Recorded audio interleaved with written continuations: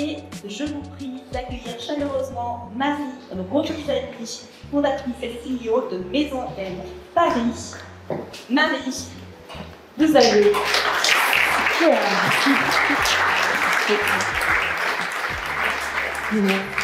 Marie, vous avez 1 minute 30 pour nous convaincre. Le défi est lancé. Mesdames, qui parmi vous a moins de 3 rouges à lèvres? Pas beaucoup, une personne. Et vous, messieurs, sauriez-vous me dire combien de rouges à lèvres sont jetés tous les ans? 1 million? 1 milliard? 2. Il y a 1 milliard de rouges à lèvres jetés tous les ans avec des conséquences environnementales dramatiques. Et le vrai problème derrière tous ces rouges à lèvres, c'est que bien souvent, les teintes ne correspondent pas à chacun. Je m'appelle Marie, j'ai fondé Maison M et j'ai inventé la solution. Un rouge à lèvres qu'on ne jettera plus grâce à ces 3 teintes personnalisées par intelligence artificielle. Aujourd'hui, je vous propose d'investir 800 000 € pour 8% afin de révolutionner la beauté de demain. Mais alors, pourquoi est-il révolutionnaire ce rouge à lèvres Maison M? Eh bien, pour 3 raisons. 1. Il réunit 3 teintes dans un seul tube, offrant une personnalisation vraiment unique. 2. Notre diagnostic par intelligence artificielle recommande les teintes sur mesure à partir de l'incarnation et de la personnalité sur le site de Maison M Paris. 3. Il est vegan, naturel, longue tenue et hydratant. Et bien évidemment, il est rechargeable et fièrement fabriqué en France. Et cette innovation des 3 teintes personnalisées grâce à l'intelligence artificielle, nous sommes les seuls au monde à l'offrir. Et le tout est doublement breveté. Mesdames, je suis ravie de dire que je vais remplacer votre nombreuse collection de rouges à lèvres par un rouge à lèvres Maison M unique, rechargeable et fabriqué sur mesure rien que pour vous. Et pour cela, je vous invite à nous suivre sur les réseaux sociaux Maison M Paris. Bravo Marie! Bravo, bravo, bravo, viens avec moi. Bonjour à tous, bonjour à toutes. On s'installe? Merci. Voilà. Alors Marie, on s'est rencontrés à... Qui veut être mon associé? Qui veut être mon associé? Voilà, je pense que vous connaissez l'émission. Est-ce que certains ne connaissent pas l'émission? Ah! Alors, qui va être mon associé? Comment on peut le définir? Un concours de pitch à la télévision? Oh ouais, devant des c'est investisseurs et puis des milliers de personnes, accessoirement, des millions. C'est ça. On est ravis de vous accueillir ce soir. L'objectif de la soirée, c'est de vous parler du pitch. Alors, le pitch, parce qu'on va beaucoup dire le mot pitch, pitch, pitch, pitch, qui est très à la mode. Le pitch, pour ceux qui ne connaissent pas, c'est une prise de parole à l'oral, en général, qui a l'objectif de convaincre quelqu'un. Voilà. Donc ce soir, on va partager les bonnes pratiques, comment réussir un pitch. Comment réussir un pitch en fonction de l'audience qu'on a en face, quelles sont les erreurs à ne pas commettre. On va bien sûr parler de qui va être mon associé, partager peut-être quelques secrets qu'on peut révéler. Voilà. J'essaierai d'en glisser quelques-uns. Voilà. Donc pour un peu le contexte, et on va se présenter dans quelques instants, j'ai eu l'occasion de rencontrer Marie parce que je suis la coach en pitch de qui va être mon associé saison 5. Et donc j'ai eu l'occasion de te rencontrer justement sur la préparation de ce que vous avez entendu tout à l'heure. Alors question, qu'est-ce que vous avez pensé du pitch? Là je me mets en difficulté. Ah, je reconnais des têtes. Allez, sortez-moi des adjectifs depuis le fond de la salle, tout en haut jusqu'à devant. Un mot pour qualifier le pitch. Concis. Quoi d'autre? Interactif. Quoi d'autre? Emballant. Emballant. Ok. Marie, tu es emballante. Ça me fait très plaisir. Souriante. Percutant. Ok. Ok. Ça vous parle, la communication verbale, non verbale? Oui? Ok. On en parlera dans quelques instants. Alors d'abord, Marie, est-ce que tu peux te présenter un peu plus pour ceux qui ne te connaissent pas? Eh bien, bonjour à tous déjà. Je m'appelle bonjour tout à l'heure. Je m'appelle Marie, donc j'ai fondé Maison M il y a 3 ans. Et effectivement, la grosse actualité, c'est qu'on vient de passer dans Qui va être mon associé, qui a un bouleversement total pour le business. Et voilà. Et toi, Diane, qui es-tu? Qui suis-je? Alors ça, c'est une grande question. Non. Pour faire simple, je suis entrepreneur, donc j'accompagne notamment les startups, les PME, les ETI, les grands groupes à la prise de parole. Voilà. Et j'ai également une société de conseil en communication, voilà, pour faire très simple. Donc, Parlons du pitch. C'est là que les choses sérieuses commencent. Voilà, exactement. Peux-tu nous en dire plus sur un pitch réussi, selon toi? Et puis, évidemment, il y aura un jeu de questions-réponses tout à l'heure, vous aurez l'occasion de parler et de poser toutes les questions que vous souhaitez. Donc, on va essayer de faire vite, vite, vite pour accueillir toutes vos questions. Un pitch réussi, c'est quoi, Marie? Je pense qu'il y a plusieurs composants pour un pitch réussi. Évidemment, il y a l'accroche et la conclusion qui sont essentielles, parce qu'il faut arriver à bien attirer la curiosité, l'attention de l'audience à qui on s'adresse, et clôturer, on n'y pense pas souvent, mais c'est là la clé, parce qu'on pitch pour une vraie raison, donc il faut savoir pourquoi est-ce qu'on pitch, et donc on clôture avec un appel à l'action qui va aller dans le sens de ce qu'on souhaite. Et puis je pense que le vrai enjeu, c'est d'arriver à transmettre l'authenticité. Qui on est profondément, notamment dans les cadres de pitch auprès d'investisseurs. Ce qu'ils veulent notamment voir, c'est toute la partie business, mais aussi qui on est en tant qu'entrepreneur, à qui ils ont affaire. Et je pense que cette authenticité, si on arrive à bien la transmettre à travers un pitch, il y a déjà une grande partie du travail qui est fait. Super. Alors, je vais commencer par une question. Je ne pensais pas le faire comme ça, mais l'impro, c'est super. Levez la main vraiment bien haut. Ceux qui doivent prendre la parole face à des prospects. Ok, quasiment tout le monde. Quasiment tout le monde. Ok. À des investisseurs. Levez la main bien haut, mais plus haut, le plus haut possible. Ok, je le jure. Ok, super. À d'autres cibles? Oui, qui? Des partenaires. Des partenaires. Ensuite, monsieur. Des partenaires aussi. Oui? Entrepreneur, ok.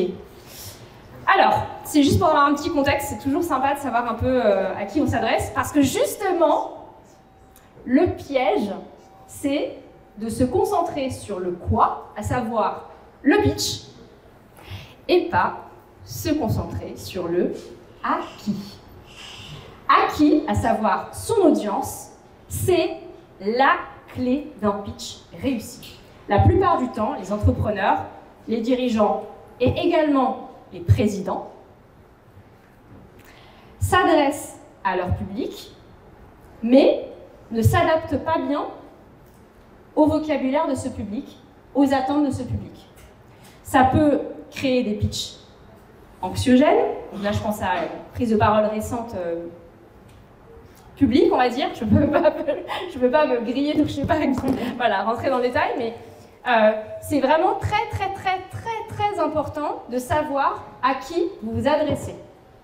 Au même titre qu'on va faire une analyse dans sa stratégie commerciale, marketing, etc., le à qui, c'est fondamental parce que c'est à partir de cette information-là que vous allez pouvoir choisir le vocabulaire adapté, la structure adaptée, les exemples adaptés et pas être hors sujet. Parce que sinon, ça peut être compliqué. Donc ça, c'est la première chose. Ensuite, pour moi, un pitch réussi, c'est tout le travail qu'on fait en amont, à savoir quelle est votre légitimité de parler à ce moment-là. Face aux partenaires que vous mentionnez, face à des investisseurs, face à des prospects, aujourd'hui, quelle est ma légitimité à parler? Pourquoi je lui parle? Et quelle est ma légitimité? Une fois que vous avez tout ça, vous pouvez travailler votre pitch. Vous pouvez travailler sa structure, une introduction, un développement, une conclusion. D'ailleurs, selon vous, quel est le moment le plus important d'un pitch, d'une prise de parole à l'oral? L'introduction. J'ai entendu la fin. La fin. La fin ou la fin? La fin.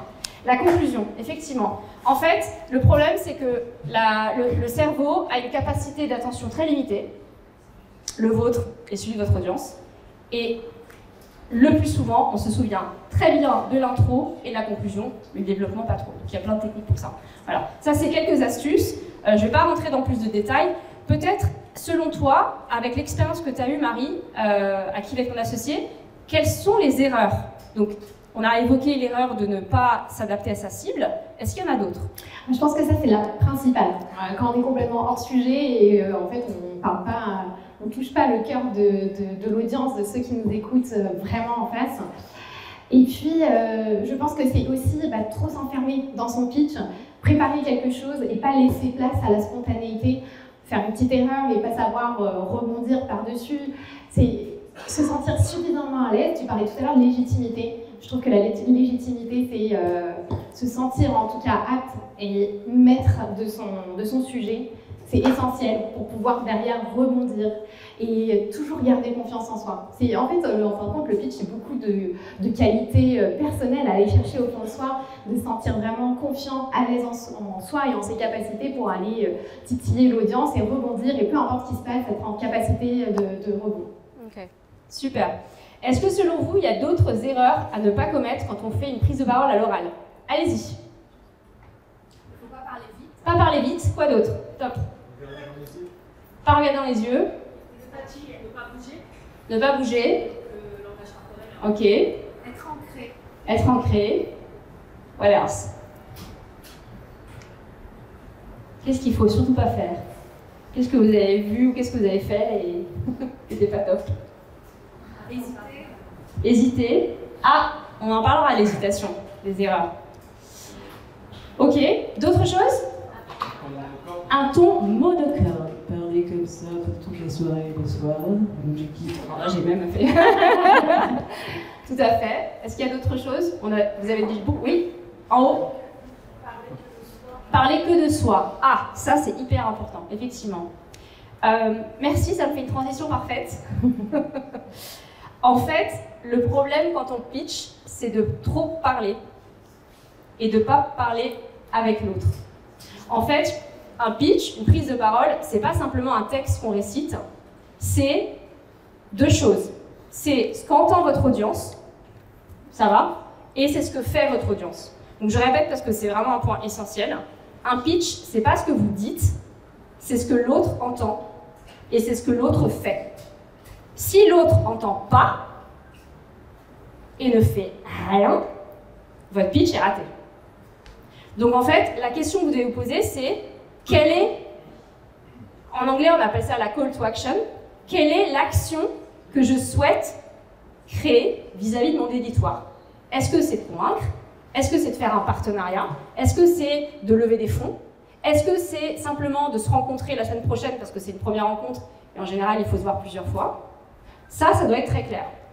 Et après, les erreurs, vous les avez partagées, c'est tout à fait ça. Parler trop vite. Manquer d'empathie. Est-ce que faire une erreur, c'est une erreur, selon vous? Non? Vous êtes sûr? Pas forcément. Pas forcément? Être naturel. Donc c'est bien de faire des erreurs? C'est bien d'être naturel. C'est bien d'être naturel. Et de savoir exposer ses faiblesses. Et d'exposer ses faiblesses. Bon là, on va partir sur un truc plus long. Avec plaisir, on poursuit après pendant le networking sur ce sujet. Oui, alors, qu'est-ce que tu penses de l'erreur dans le pitch? Eh bien, déjà, il faut dire que ça peut arriver. Déjà, il faut le prendre en compte, dire que tout peut arriver le jour J. On a beau s'être préparé 1001 fois, le jour J, il peut toujours y avoir. Alors, qu'est-ce qu'on fait quand on fait une erreur? Déjà, il ne faut pas stresser, déjà. Il faut se D'accord. sentir en confiance et avoir cette petite capacité de rebond pour rigoler, toujours le tourner en positif et en allant chercher l'objectif qu'on cherche à avoir in fine. Quand vous faites, tout à fait, quand vous faites une erreur, qu'est-ce que vous avez l'habitude de faire? Alors, bien fort quand vous parlez, comme ça, J'en rigole. J'en rigole, ok. Je souris. Ouais, il faut faire gaffe à ça, hein, ça peut vous décrédibiliser. Quoi d'autre? Rougir. Ouais, donc ça c'est une réaction normale du corps. Qu'est-ce que vous faites de votre erreur quand vous faites une erreur? S'excuser. Alors ça, c'est une erreur. Vous ne vous excusez jamais. Ouais. Non. Quand tu fais une erreur, attends, j'ai pas pris peut-être assez de réactions. J'en prends encore 2, 3. Qu'est-ce que vous faites quand vous faites des erreurs? Quand ça vous arrive? Ou si jamais ça vous arrive un jour face à un client ou dans un concours de pitch ou face à un ministre ou j'en sais rien, face à un partenaire. Se reprendre et dire en fait ce que je voulais dire. D'accord, Voilà. vous reprenez. C'est que. Voilà, donc vous reformulez et vous reprenez votre message. Ok. Alors, l'erreur, non seulement elle est humaine, mais en fait, elle est hyper intéressante. Parce que l'erreur, c'est le moment où vous allez vraiment rentrer en connexion avec les autres.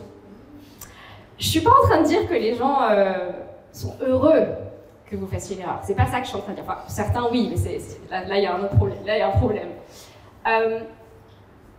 C'est qu'en fait, quand vous faites une erreur, naturellement, les gens vont venir vers vous. Naturellement, les gens vont se dire « Ah, mais qu'est-ce qui se passe ?»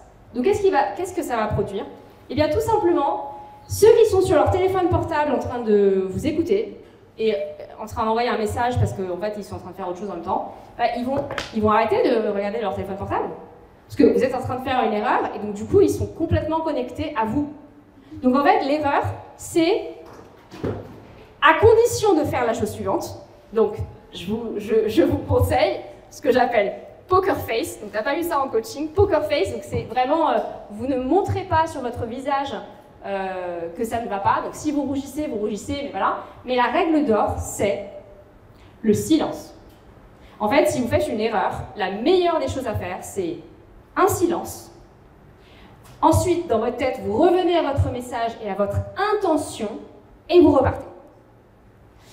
J'ai vu, de par mon expérience de former énormément de monde, que quand les gens font des blancs, parfois il y a des blancs d'hésitation.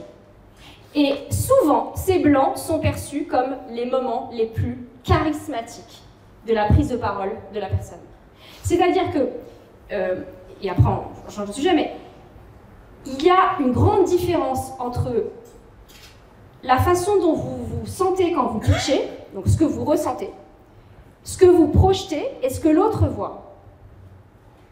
Et en fait, le blanc, le silence, n'est pas considéré comme une faiblesse. Donc quand vous faites une erreur, la meilleure des choses à faire, un blanc, poker face, vous refocalisez sur votre message et vous repartez.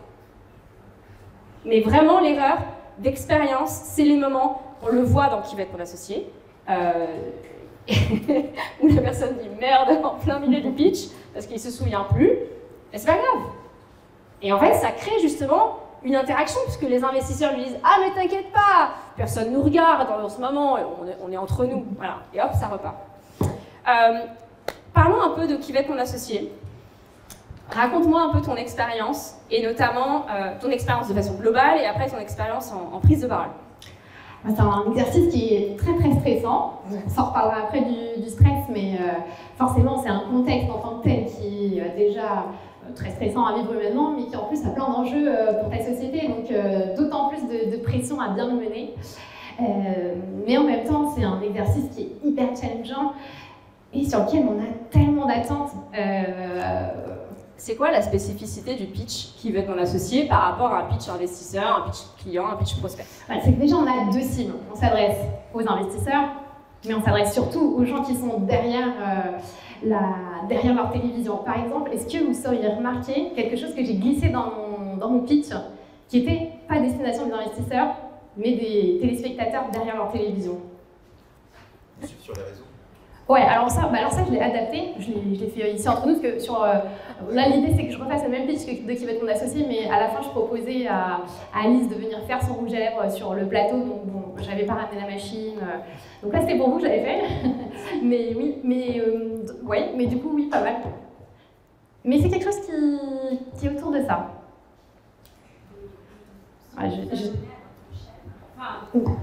Ouais. En fait, je ne sais pas combien de fois vous avez entendu le nom Maison M, mais je l'ai à peu près placé dans toutes les phrases. Parce que moi, j'ai 1 minute 30 pour passer un message où tous les auditeurs vont être derrière leur télévision, concentrés pleinement sur mon pitch, sur tout ce que je vais dire. Et moi, ce que je veux qu'ils fassent pendant qu'ils sont dans leur télévision, c'est qu'ils aillent sur leur téléphone, qu'ils tapent Maison M, qu'ils achètent leur rouge à lèvres accessoirement. Mais en tout cas, c'est d'arriver à glisser très subtilement. Je ne sais même plus quelle était la question initiale pour les spécificités du pitch Qui va être mon associé. Ah oui, voilà. Donc, oui, donc c'est deux cibles. Donc ça, c'était pas principalement pour les investisseurs que je vais glisser. Par contre, les investisseurs, il va y avoir différents enjeux qu'ils veulent entendre. Donc le côté breveté, le sérieux, le montant qu'on cherche à lever. Donc il faut à la fois glisser des informations qui vont s'adapter aux deux. Et les informations qui s'adressent aux uns doivent quand même séduire les autres. Donc c'est la spécificité de s'adresser à deux cibles. Est-ce que tu réutilises le pitch Qui va être mon associé en dehors de l'émission?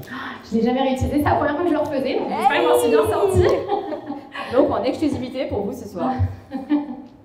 Mais ouais, non, je m'en suis jamais servi depuis, donc je repioche quelques éléments où je sens que voilà, les gens ont bien réagi, ont retenu certains éléments, mais je l'ai fait vraiment très spécifiquement dans le cadre de Qui va être mon associé.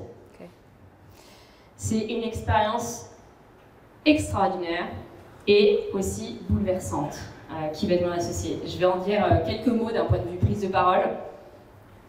En fait, ce qui se passe, c'est exactement ce que tu as décrit, c'est que les cibles de Qui va être mon associé, donc les audiences, sont extrêmement variées. Vous avez les téléspectateurs, qui restent l'audience numéro 1. Vous avez les investisseurs, donc qui sont 5 investisseurs sur leur fauteuil. Et après, vous avez plein d'autres mondes. Vous avez les investisseurs en dehors du plateau, avec qui peut-être vous allez signer quelque chose plus tard. Vous avez vos prospects, vous avez vos clients, vous avez votre famille, vous avez vos amis. En fait, jamais dans la vie, vous n'aurez autant d'audiences différentes en si peu de temps, avec autant probablement de pression. Donc c'est une expérience extraordinaire pour les entrepreneurs que je recommande quand vous avez les pieds bien au sol. Bien au sol. Donc ça, c'est la spécificité, c'est comment arriver à faire un pitch avec autant de personnes. Donc peut-être je vais donner une réponse en essayant aussi de revenir à vos prises de parole, à vous, là, que vous avez décrites tout à l'heure. En fait, quand l'audience est très variée, la meilleure des choses à faire, c'est d'avoir un vocabulaire hyper simple, de faire des phrases très courtes, chose qu'on a du mal à faire dans plein de langues et en français en particulier, on fait des phrases très très longues. Donc quand je dis une phrase courte, c'est moins d'une ligne. Okay. Et donc le vocabulaire doit être simple. En fait, vous simplifiez à mort la prise de parole, le pitch, et ensuite, vous venez juste faire des clins d'œil aux audiences qui comptent vraiment pour vous. En 1 minute 30, c'est quasiment pas impossible, mais c'est plus compliqué. Si par contre vous avez un pitch qui dure plus que 90 secondes, qui dure 3 minutes, 5 minutes, 10 minutes, parce que je sais que c'est vos cas, là, vous pouvez vraiment, avoir un vocabulaire très simple, oublier les jargons. Donc les jargons, c'est les mots techniques, ils sont interdits, mais interdits dans vos prises de parole. Un pitch simple, ça ne montre pas que vous êtes simple d'esprit. Au contraire, ça veut dire que vous êtes vraiment intelligent. Parce que vous savez adapter votre vocabulaire, votre habitude, vos habitudes à l'audience qui est en face. Donc ça, c'est vraiment clé.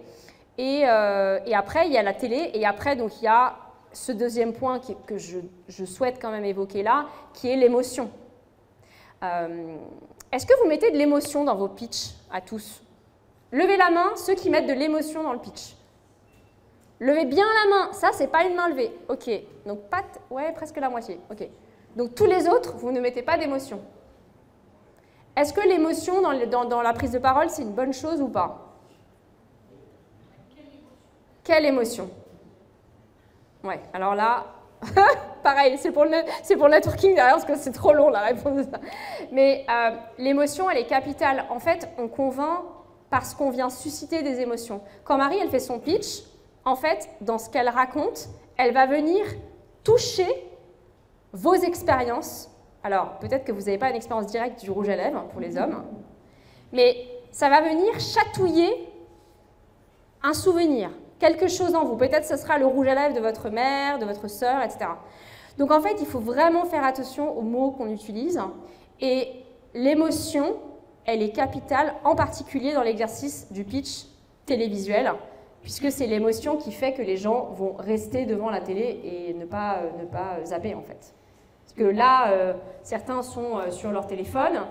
Quand vous êtes devant votre télé, c'est très possible que vous soyez aussi avec votre téléphone en main, probablement en train d'acheter ton rouge à lèvres, on espère, voilà. Et donc, comment arriver à garder cette attention? Donc, c'est là où le vocabulaire, l'accroche, le pouvoir de l'accroche, le pouvoir de la conclusion est capital. Parlons du stress. évident à gérer. Alors, raconte, comment tu gères ton stress? Comment tu as géré ton stress dans Qui va être mon associé? Écoute, pour ma part, en tout cas, ça a été énormément de préparation en amont. Un pitch, ça se prépare, ça se répète, répète pour le maîtriser à ce point, pour finir pile poil sur le gong. Ça a l'air très facile, très évident, mais c'est beaucoup de préparation en amont. Et le fait de se sentir un peu en confiance, déjà de se dire c'est bon, je maîtrise le pitch, je n'ai pas besoin de stresser pour ça, me rappeler de mon texte, etc. Déjà, ça permet de se sentir un petit peu plus en confiance. Et c'est encore une fois un travail sur soi qui est assez fondamental, d'avoir confiance en ses capacités, en ce qu'on maîtrise, qu'on ne maîtrise pas, pour arriver à gérer. Alors encore plus sur Qui va être mon associé, où c'est à toi à gérer, mais aussi toute l'équipe de production autour. Parce que c'est assez impressionnant, ça fourmille de partout, toi t'es au milieu, on te dit alors là faut que tu te positionnes ici, là tu l'as fait venir là, machin. Et donc tu as 1 minute pour retenir tout ce qui se passe, à la fois te gérer toi, gérer les autres autour. Est-ce que tu as des techniques que tu as utilisées pour justement gérer ton stress par la respiration ou d'autres choses? Alors déjà, je pars du principe que le stress, c'est pas quelque chose de fondamentalement négatif. C'est mon corps qui se met en action, c'est mon sang qui passe dans mes muscles et qui fait que mon corps se prépare à vivre un moment qui est très intense. Évidemment la respiration, parce qu'en même temps que le stress, la respiration devient plus courte et donc les phrases tombent, c'est pas forcément évidemment. Donc forcément la respiration à la fois pour gérer un petit peu, canaliser un peu, mais aussi pour bien respirer le jour J. Et c'est de caler sa respiration aussi sur ses phrases pour que on suive une belle mélodie et qu'on puisse respirer, qu'on ait des temps de respiration dans le pitch aussi. Moi je dirais c'est déjà accepter le stress, se dire que c'est quelque chose de positif, que c'est le corps qui se met en mouvement et de bien se préparer, respirer, des petites techniques de respiration, ça tu vas bien les expliquer moi. Oui, mais c'est intéressant de les connaître parce que, en fait, pour vous dire la vérité, moi, j'avais pas le droit. J'avais pas le droit de les aider à gérer leur stress. Voilà. Non, et puis, je sais pas si on peut dire un petit secret de tournage, mais l'objectif, c'est aussi qu'on stresse un peu sur le plateau. Parce que oui, je pense que tu peux le dire. Plus on est stressé, plus ça va faire des séquences sympas à la télé. Donc, on te met aussi dans des conditions un peu stressantes. On te répète, tu stresses pas trop, ça va, t'es pas trop stressé. Et le stress, t'es comment? Et le stress. On te met dans un petit sac en amont juste pour te faire stresser. Donc, c'est important de savoir gérer le stress. Ouais. Alors, je ne les ai pas, parce que j'ai accompagné l'intégralité des entrepreneurs de Qui va être mon associé, saison 5.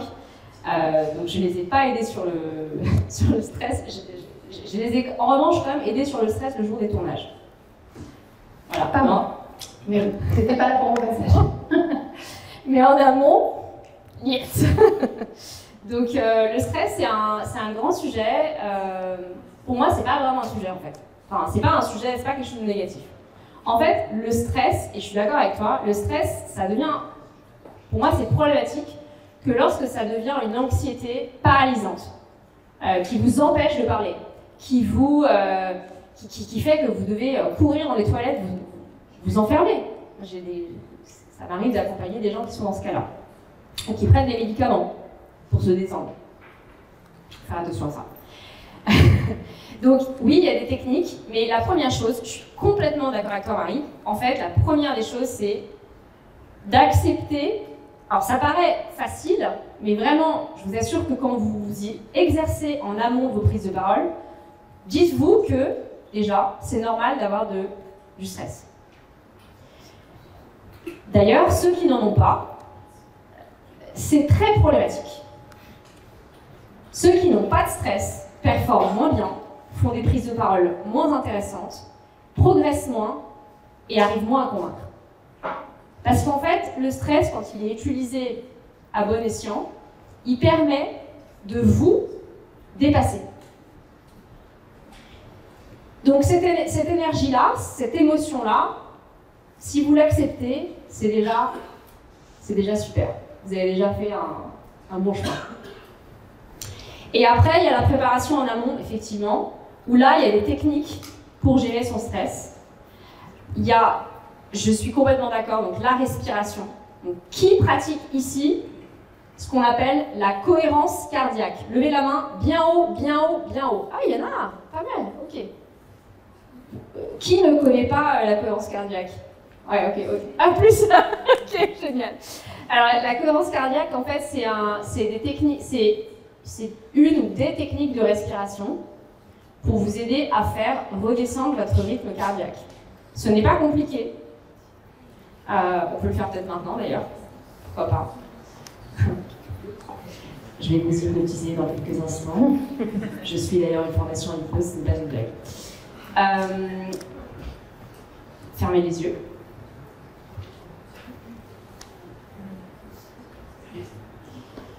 Et je vais vous inviter à vous concentrer sur votre corps. Vous êtes assise sur une chaise ou sur un banc, tranquille. Tout va bien. Vous respirez doucement.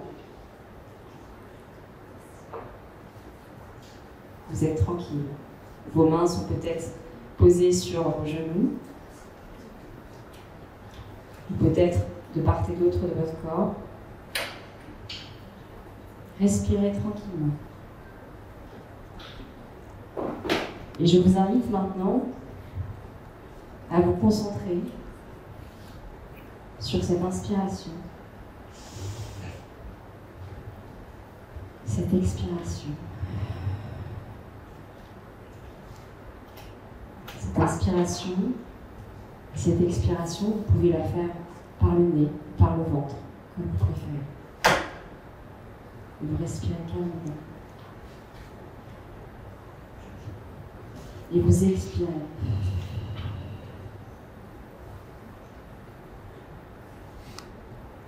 Inspirez, expirez calmement.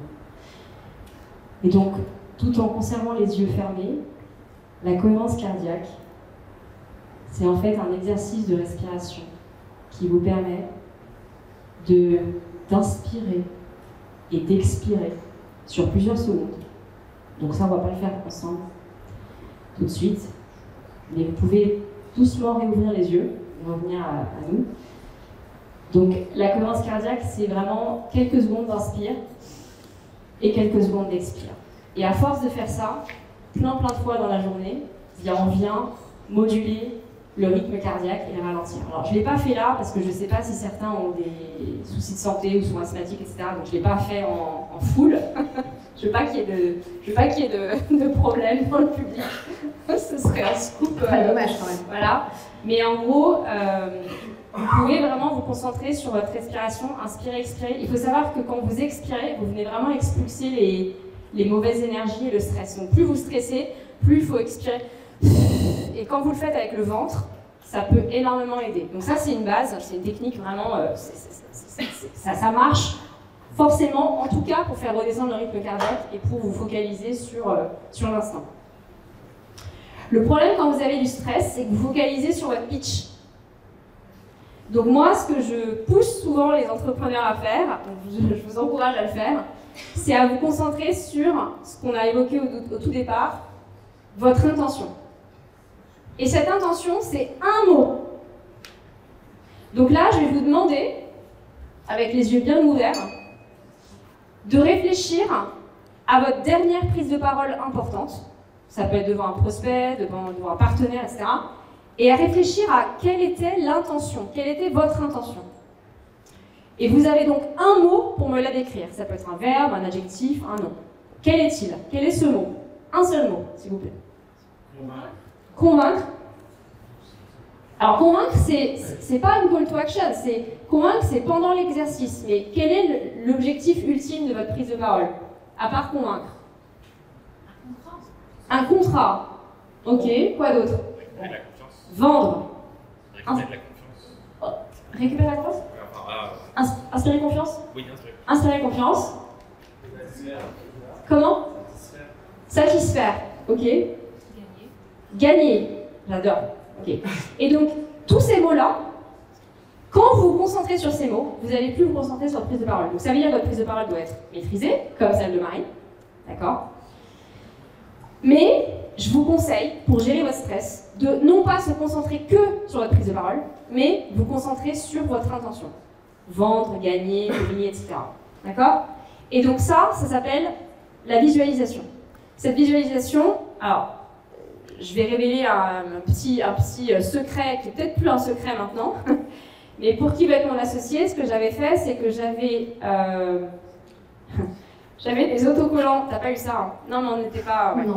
Des autocollants magiques, alors c'est des petites étoiles, et en gros, je donnais seulement à ceux qui le voulaient. Hein. Certains ingénieurs m'ont regardé, je savais qu'ils allaient dire non, mais quand même, il y en a qui l'ont pris. En gros, c'est une étoile égale une intention. Donc, tu dois avoir une intention par rapport à ton pitch.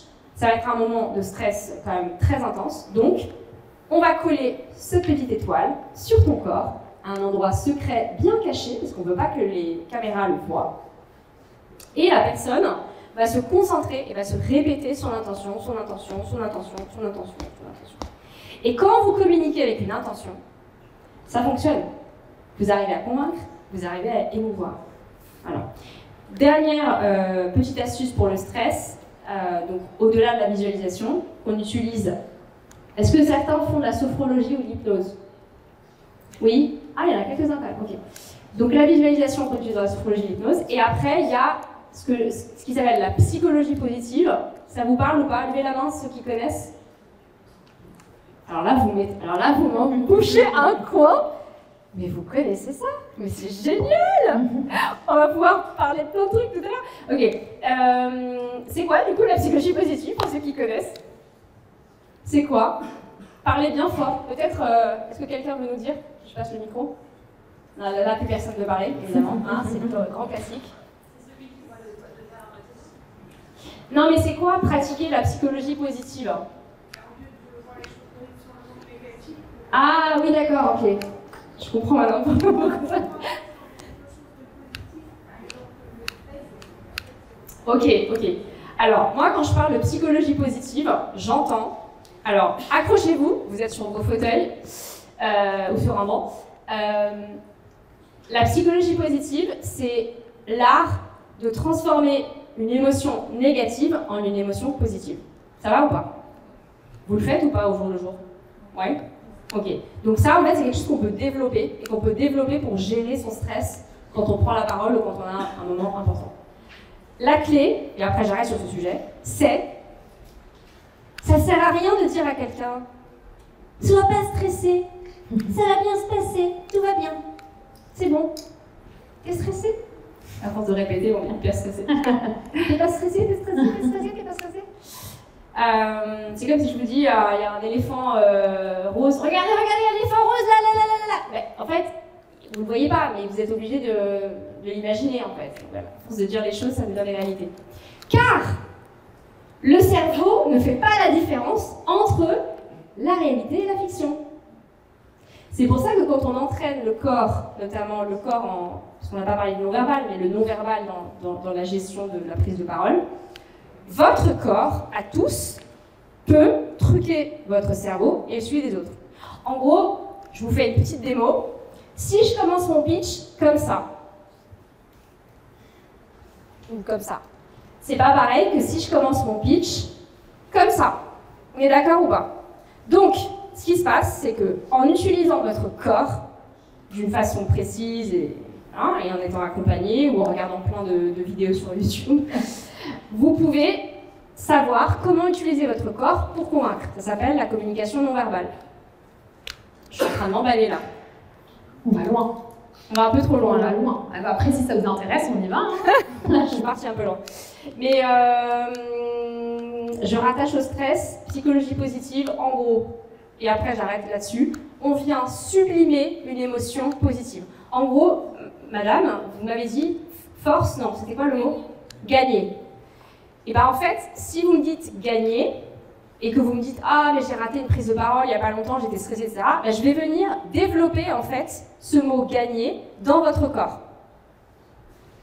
Ouais, ça vous fait sourire déjà. Rien qu'en parler. Ah, c'est génial. Madame est très souriante. Donc, effectivement, en fait, l'idée c'est...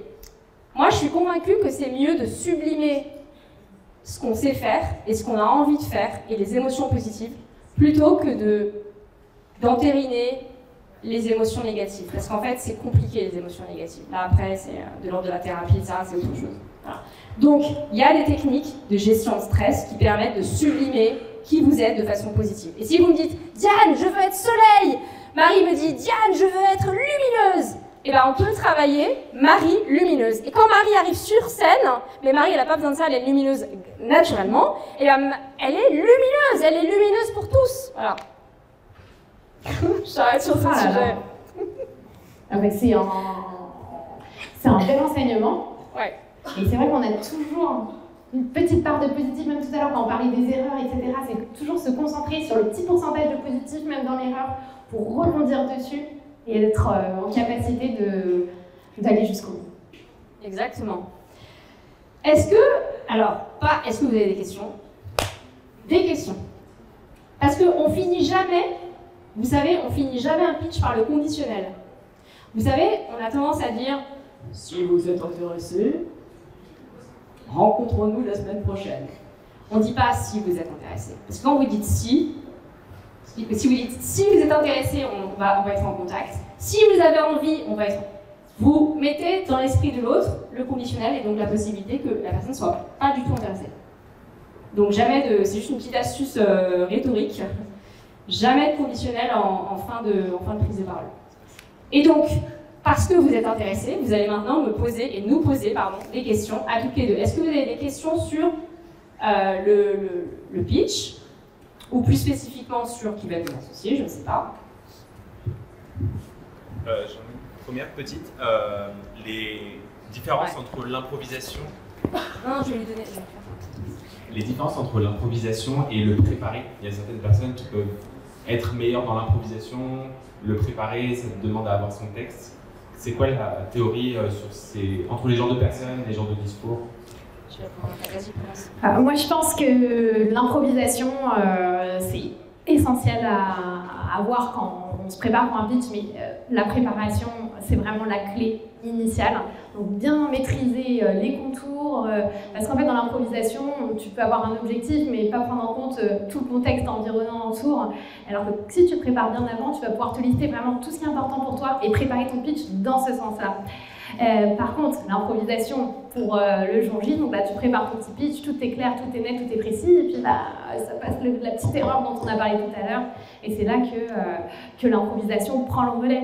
Mais en tout cas, je pense que la préparation sur un pitch, c'est vraiment la clé. Ça a l'air facile, ça a l'air d'une aisance extraordinaire, et les gens qui improvisent peuvent se sentir à l'aise, mais tu rempliras pas l'objectif. Il faut se rappeler que le pitch, c'est remplir un objectif. Quoi. Tu viens pour pitcher avec un objectif final, et donc il faut que tout ce que tu dises aille dans ce sens-là. Complètement d'accord, mais 1000%. En fait, la base, c'est la préparation, le travail. Et après, une fois que tu as le travail, une fois que tu as ton texte, une fois que tu sais exactement pourquoi tu es là, si jamais il y a besoin, tu improvises. Mais jamais d'improvisation de base, sauf si c'est pour créer une connexion avec l'autre, parce que, on l'a dit, tout à l'heure, le pitch, c'est pas ce que vous dites, c'est ce que l'autre entend et fait. Mais en fait, le pitch, c'est la relation que vous allez créer avec votre auditoire. En fait, tout part de là. Et l'improvisation, ça permet souvent de créer du lien. Voilà. D'autres questions? Alors, monsieur d'abord et après. Oui, je voulais savoir quand on tombe sur un répondeur, comment ça se passe? Si la personne n'a pas de retour de la part de la personne à qui on fait un speech. Oui.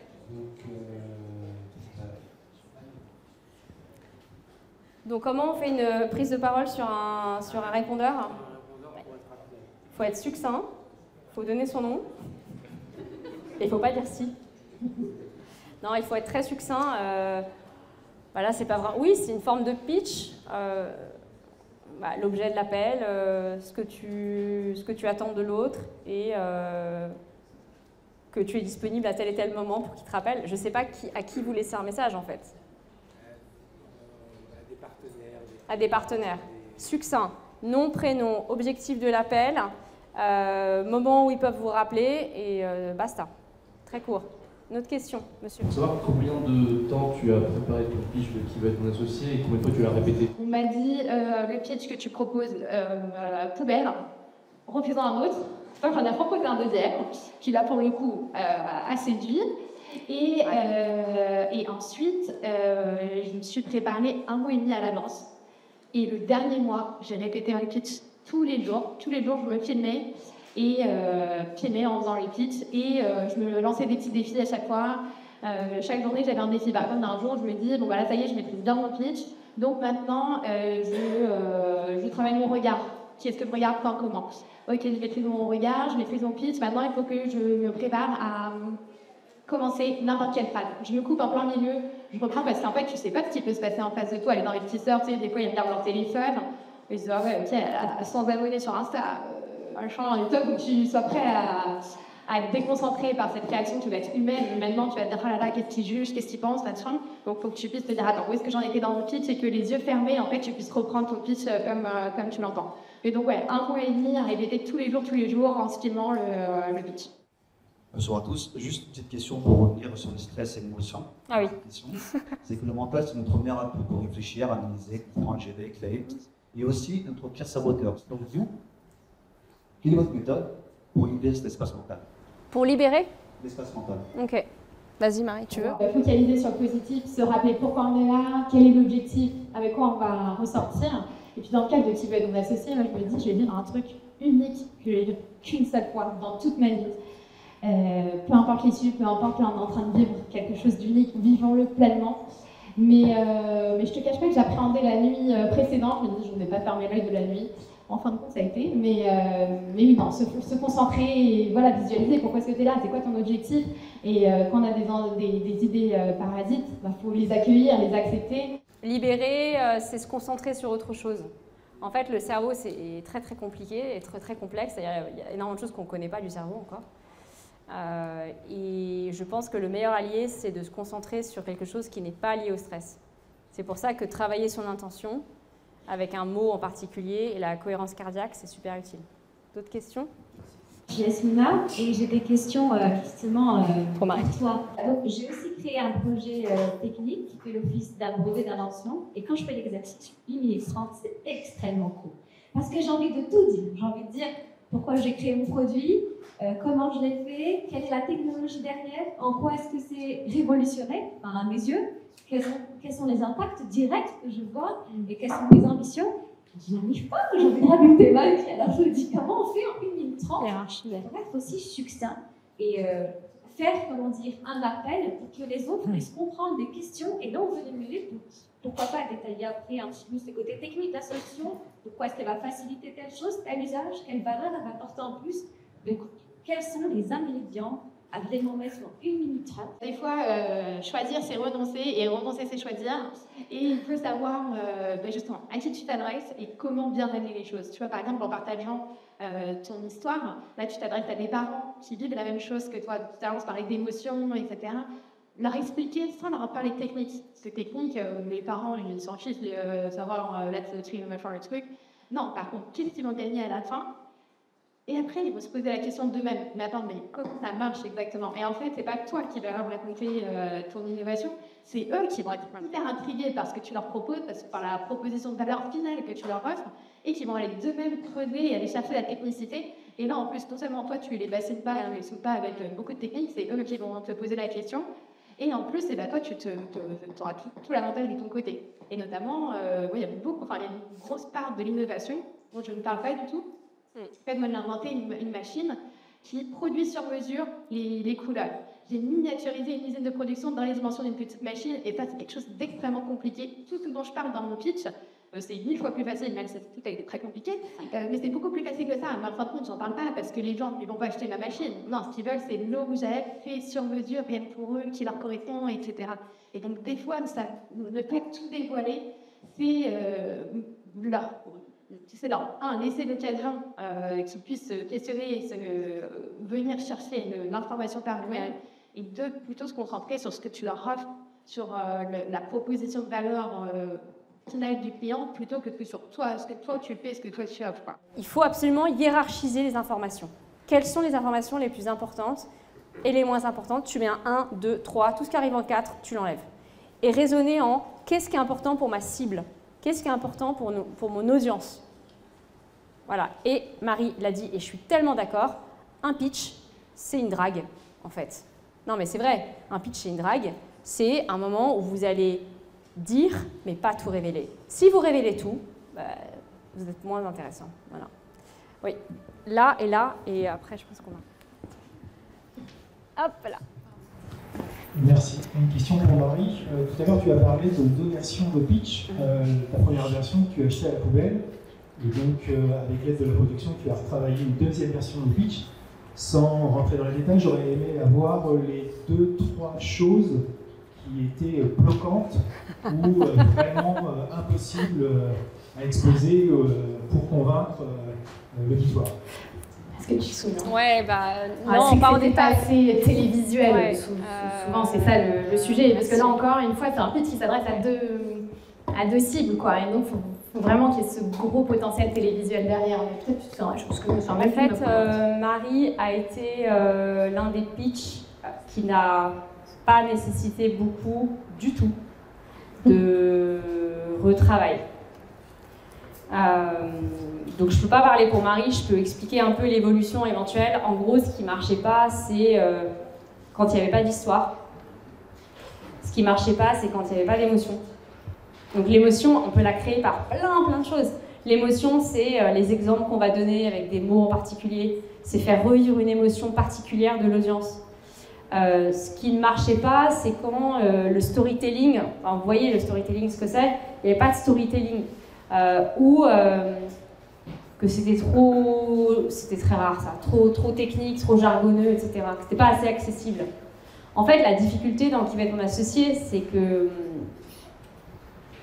c'est des audiences qui sont incompatibles. Enfin, je veux dire, imaginez-vous, là, mettre sur ce canapé un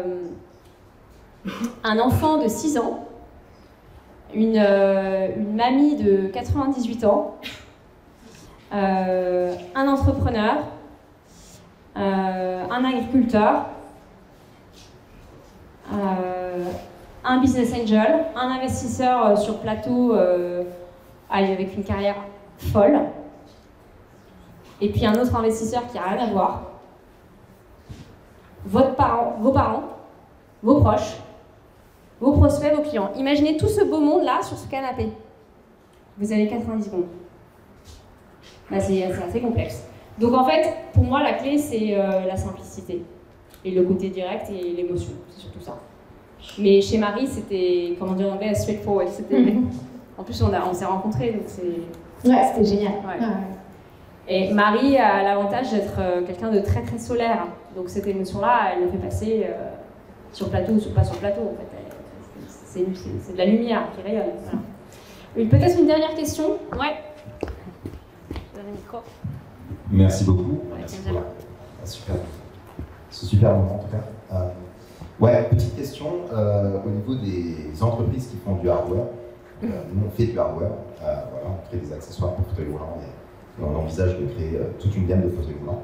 Ma question, c'est de savoir quel est votre avis dans le pitch. Est-ce qu'on vient uniquement pitcher ce nouveau produit qu'on s'apprête à lancer, ou est-ce qu'on doit également parler de notre business qui est quand même existant, même si c'est pas celui qui rapporte le plus d'argent, afin de gagner en légitimité? Parce que moi, j'ai été amené à 2 écoles, donc des experts en pitch, qui vont me conseiller soit de me concentrer uniquement sur ce produit nouveau qui arrive, et d'autres qui me disent malgré tout de parler de ce que je fais déjà pour montrer que j'ai de la légitimité dans ce que je fais. Alors, qui est ta cible? Qui est la personne en face? Parce que sinon on ne peut pas répondre. Un investisseur.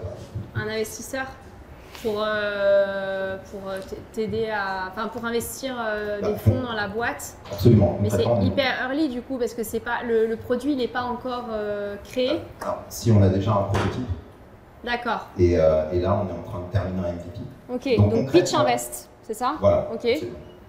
Ok, Marie, tu veux commencer?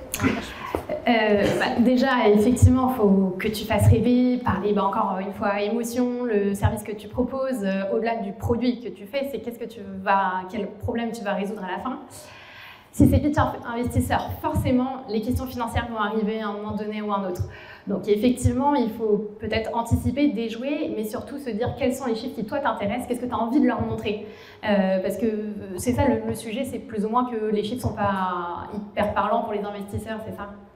Non, c'est pas vraiment ça, c'est juste pour savoir exactement qu'est-ce que je pitch. Est-ce que je pitch uniquement le produit qui va être révolutionnaire? Voilà, en l'occurrence un fauteuil roulant, voilà, révolutionnaire si on peut. Sans pour autant parler des accessoires qu'on fait déjà, qui nous permettent d'avoir une traction et une base de clients. Ah, mais c'est hyper essentiel. Ouais. Au contraire, tu vas te montrer là où tu es aujourd'hui, et là, grâce à eux, où tu seras demain. Parce que tu as tout le potentiel et tu as déjà toute la base aujourd'hui. Tu as et le business, et les idées, et le proto. Est-ce qu'il n'y a pas un risque de les perdre en parlant de ça? Ah oui, comme c'est pas exactement le même produit, voilà. Ça dépend de plein de choses. Déjà, combien de temps tu as pour pitcher, comment ça se structure, etc. Mais là, il faudrait qu'on se pose pour... Et donc, en 1 minute 30, qu'est-ce que vous pensez? Ah ouais, en 1 minute 30, c'est trop court pour pouvoir parler de trop de sujets. Il faut mieux se concentrer, en évoquer un. Et de toute façon, après la minute 30, il va y avoir des échanges. Mais en 1 minute 30, il vaut mieux faire court et concis, faire rêver et pousser à la découverte par la suite. Ah bah merci. Okay.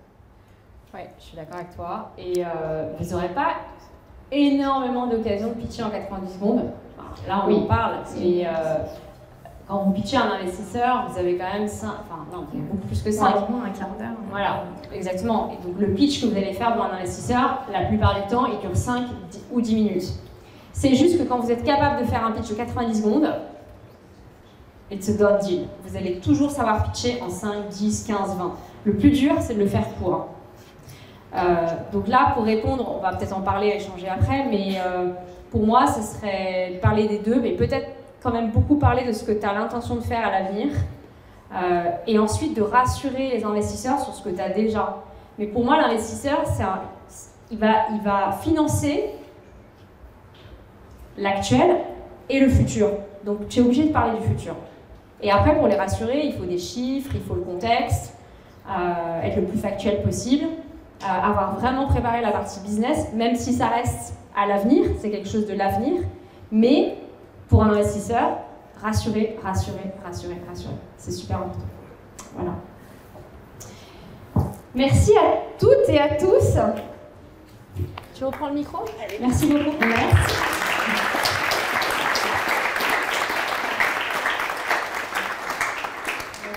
Merci Diane. Pas facile forcément de prendre le micro après vous.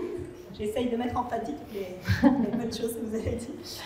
Écoutez, voilà, encore merci vraiment pour votre venue et pour tous ces partages, ces bonnes pratiques. Je pense qu'on va tous pouvoir mettre en pratique dans notre quotidien, parce qu'il n'y a pas que le pitch, il y a toute cette respiration, toutes ces choses. Moi, j'ai appris plein de choses.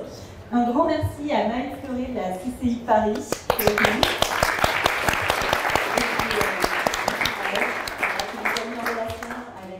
Marie et sans qui voilà, cet événement ne serait pas le même. Et alors vous êtes aujourd'hui à la 3e édition de notre Afterwork IPA. Donc voilà, IPA pour inspiration. Je pense que voilà, vous avez tous été très inspirés, mais aussi pour partage et apéro, qui va suivre juste après. Et cet événement, on l'a créé pour les entrepreneurs. Et il a vocation à être animé par des entrepreneurs qui viennent vous partager leurs conseils, leurs bonnes pratiques, leur partage d'expérience pour vous aider, vous, à développer votre entreprise dans les meilleures conditions.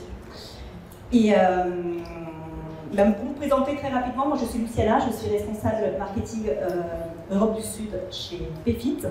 Et pour ceux qui ne connaissent pas Payfit, donc là on est dans les locaux de Payfit, Payfit a pour vocation de simplifier la gestion de la paye et plus largement des ressources humaines à travers une solution très innovante à destination des entrepreneurs, mais aussi des TPE et des PME au sens plus large.